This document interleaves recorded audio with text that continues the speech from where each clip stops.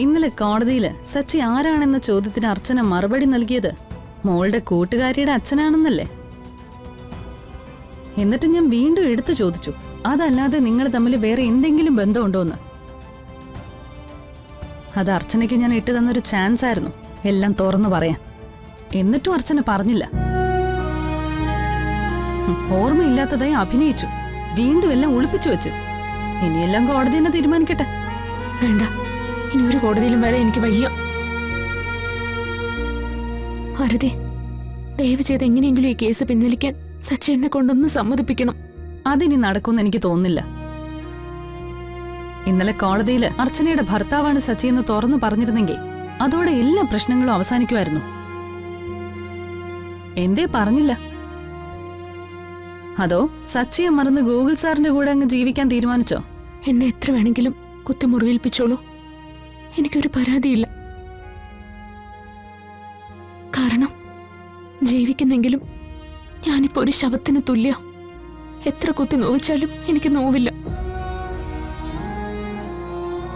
ഇന്നലെ ഞാൻ കോടതിയിൽ അങ്ങനെ പറഞ്ഞിരുന്നെങ്കിൽ എന്റെ ഗൗരിമോളുടെയും ഗോകുലിന്റെയും മൃതശരീരങ്ങൾ എനിക്ക് കാണേണ്ടി വരുമായിരുന്നു.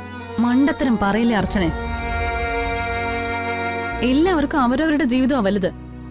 അതിന്റെ സുരക്ഷയ്ക്കും ഉറപ്പിനും വേണ്ടി എല്ലാരും പലതും പറയും. പക്ഷെ അതൊന്നും അല്ല യാഥാർത്ഥ്യമെന്ന് പിന്നീട് നമുക്ക് മനസ്സിലാവുകയും ചെയ്യും. പിന്നെന്തിനാ ആരതി ആദ്യം ഗൂഗിള് പറഞ്ഞപ്പോ കേസ് മാറ്റിവെച്ചത്? എനിക്കത് മനസ്സിലായില്ലെന്നാണോ ആരതി വിചാരിക്കുന്നത്? ഞാൻ ആരതിയെ കുറ്റപ്പെടുത്തിയതല്ല. മനുഷ്യത്വം ദയൊക്കെ എല്ലാവരുടെ ഉള്ളിലുണ്ട്. എല്ലാവരും അത് കാണിക്കുകയും ചെയ്യും. എന്നാ മറ്റുള്ളവരുടെ മനസ്സിലെ വേദന മനസ്സിലാക്കാൻ മാത്രം ആർക്ക് സാധിക്കില്ല.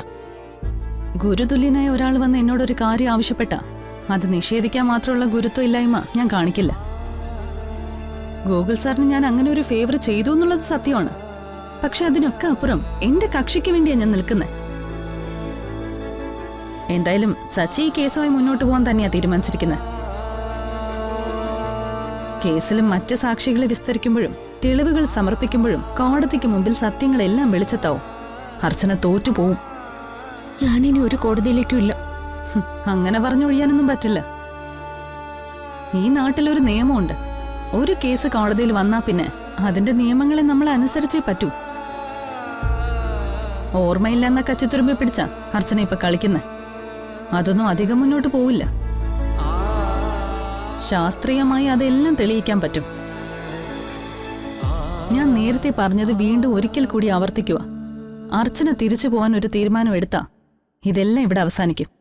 അങ്ങനെ ഒരു തീരുമാനം എടുക്കാൻ പറ്റുമായിരുന്നെങ്കിൽ ഞാൻ എപ്പോഴും അത് എടുക്കുമായിരുന്നു.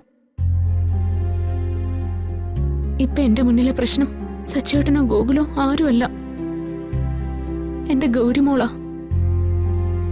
പൂർണ്ണ ആരോഗ്യത്തോടെ അവള് പഴയ രീതിയിലേക്ക് എത്തുന്നത് വരെ എനിക്ക് എന്റെ മോളുടെ കൂടെ നിന്നേ പറ്റൂ. അവളുടെ അസുഖം പൂർണ്ണമായിട്ട് മാറിയ ആ നിമിഷം ഞാൻ അവിടെ നിന്ന് പടിയിറങ്ങും. ആരതി സച്ചേട്ടനോട് ഇക്കാര്യം ഒന്ന് പറയണം. അതിന് മറ്റൊരു കാരണം കൂടിയുണ്ട്. ഇതുവരെ ഞാനത് മറ്റാരോടും പറഞ്ഞിട്ടുമില്ല. എന്ത് കാരണം?